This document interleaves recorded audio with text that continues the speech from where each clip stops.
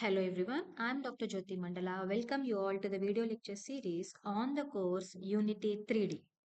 In this lecture, we will be understanding about lightning in Unity. The use of lightning is very crucial when we are designing um, elements or objects or when we are designing a scene in the Unity. We all know we use mesh architecture to define the shapes, and also in the last lecture, we used materials and textures to define the look of the objects. In the similar scenario, if you apply lightning to your objects, we can change the color or we can define the color of the objects, and also complete view of our 3D scene can be, or complete mood of our 3D scene can be defined by using this lightning. A simple example is if you want to focus a particular element, you want to highlight a particular element, then that can be done by simply throwing a light onto that object. So this is the use of having lightning, and which plays a major role in the scene design. Generally, we have three types of lightning techniques in our Unity.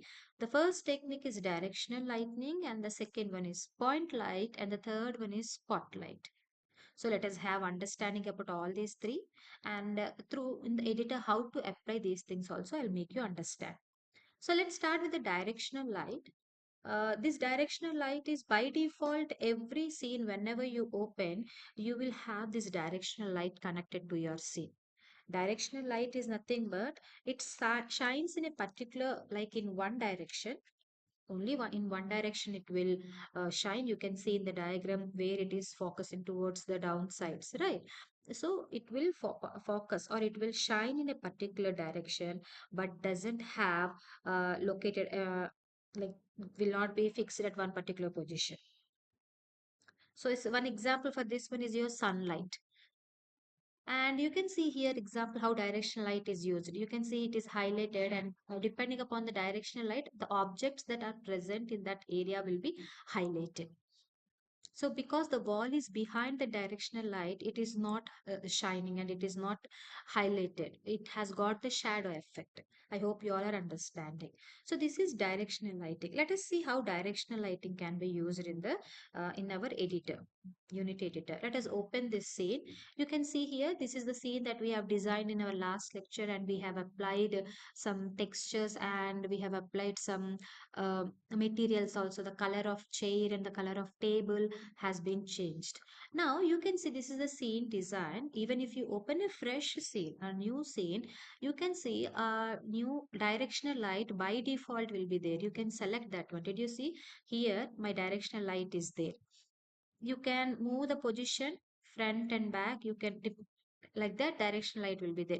If you disable this directional light in the inspector window, you can see here, if you disable that one, did you see the elements on which the directional light is projected, they are not highlighted, or they are dim now, right? So directional light is simply like your sunlight falling on the objects.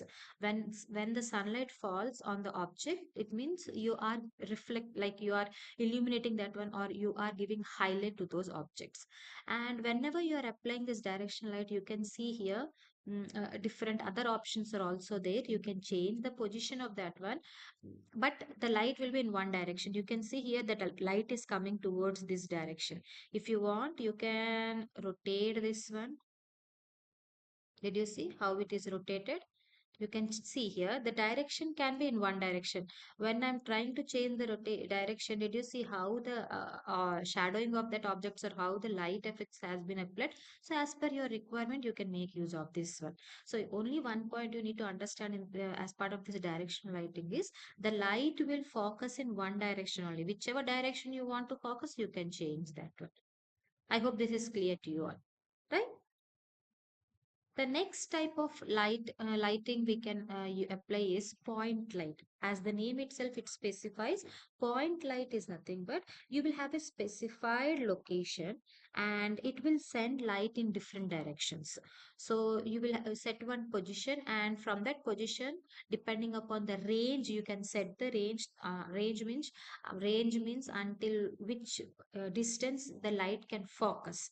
So you can have direction, or you can have light in all directions. Some example is like you have a lamp. So whenever you are having a lamp, you want the light to be displayed in all directions, right? So that is what the use of point light. So you will be fixing one point and the light will be focused in all 360 degrees direction depending upon the range. We will see that one. Open the scene. For the time being, what I will do, this directional light, I will just and disable that one. You can simply disable by clicking this one. If you click, it will be enabled. If you click that one, it will be disabled. Now I want to add the point light. By default, directional light will be there. To add a point light, you can go into the game object on the menu bar and go to the light. Here you can see you have a directional light, point light, spotlight options. So let us go with the point light. Whenever I'm clicking on the point light, that object will be added here and you can see a bulb symbol has been given here. So what is the use of this one is you can this has been fixed here. If you want to change the position, go to this move tool and then you can change the position. Did you see? I am going to highlight this chair because I want to highlight the person who is sitting on the chairs to have that illusion. I'm putting my point light here. So whenever I'm putting the point light here, by default you can see here on in the inspector window the range of 10 has been given. So in the range of 10 that light will be dispersed. Now you can see here you can change this say range also. Did you see I have given 1? Now once that means one radius of 1 only will be applied. If I give 10, did you see the light effect there? 1 means no light. You observe the point light difference here on the floor. 10 if I'm giving, did you see how much? Suppose if I give 20, 30, even more. So depending upon the range, the point light will be used. So 10 I will give. Now the light is in white color. If you want, you can change the color of the light also. You can see here, click on the color and then suppose if I want to apply yellow color, did you see the color is changed to yellow? If I click blue color, the color has been changed to blue color, right? If I click green, the color has been changed to green color. I think you all are understanding, right? So this is how you can change the color of a point light also. You can change the intensity of the light also. And so the main idea of having point light is to fix at one position and to have lights in all the directions. So if you have a lamp, let us consider you can have a lamp here and that lamp will project that light through all directions from a particular given range.